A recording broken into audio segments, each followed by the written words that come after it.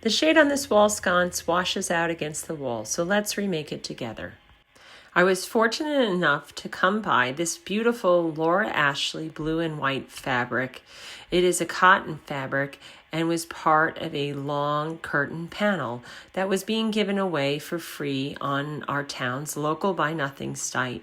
I love the way the colors matched with the rest of the decor in our bedroom, and I thought this would be the perfect fabric to create a pleated shade for our wall sconces that frame our fireplace. To begin this project, I folded over the fabric, making sure that there was about an inch or two above and below the length of the shade. Reusing an old curtain panel is a great way to get fabric for this project because it will be a very long piece of fabric which you will need to make the pleats. Then simply cut along the edge of the fold to ensure that you have a nice, evenly cut piece of fabric. After this, iron your fabric, removing any creases to ensure that you have a smooth piece of fabric before beginning your pleats. The next step is to begin pleating your fabric. I start along the seam of the lampshade, and that's where my first pleat starts. You can see that here. I align the fabric to the pleat of the lampshade that was already pre-existing, and then I make the pleats one at a time, and I am pushing them through with the thimble just because I find that it's kind of hard on your fingertips, and you want to pin them in place.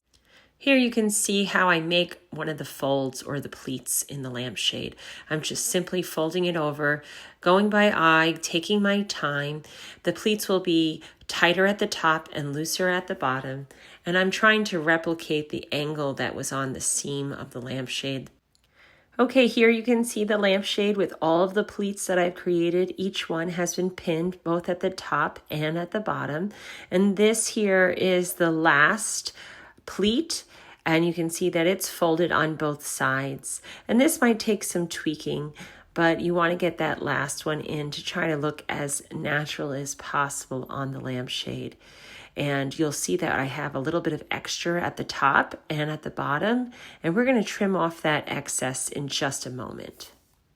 Now, if you're like me and you have kids, this is the point in the project where your kids are getting excited about what mom's doing, and they ask you to do a little side project like a bunny in a tutu. Or they get inspired to sew new buttons on their nightshirt. Now here I get to move on now. Kids were happy that I made that little bunny outfit, and I am just gluing the bottom of each of these pleats with just a little dot of glue in each area. I have not removed the pins yet. I'm just going one by one on the pleats, ensuring that everything tacks down. Now you could sew this here, but it was really hard work on the fingers, so I'm gluing it. So now here I have it all glued, and you'll see I have trimmed the top so that there's a nice even top edge. And I just did this with the scissors, giving myself enough room to fold over the edge of the fabric. Now here you can see I've glued the top edge of the fabric all to the top rim of the lampshade, and now it's time for me to remove the pins. So I'm going to just remove these one at a time before moving on to do the bottom side of the lampshade. And here again, I'm going to glue the fabric to the rim of the lampshade, folding it over, pressing it down. And then once I have everything glued, just as you see here, I can remove the pins again. And now I will have the whole lampshade done, but the edges still need to be finished. So what I have done is I'm using a binding strip, and I just flatten it out and I glue it to the unfinished edge of the fabric. And this creates a nice finished look on the inside of my lamp. So I'm going to do this on the bottom and on the top of the lampshade. And here's the completed product. You can see it's finished on the inside seam and on the top seam. And we have all of the pleats done.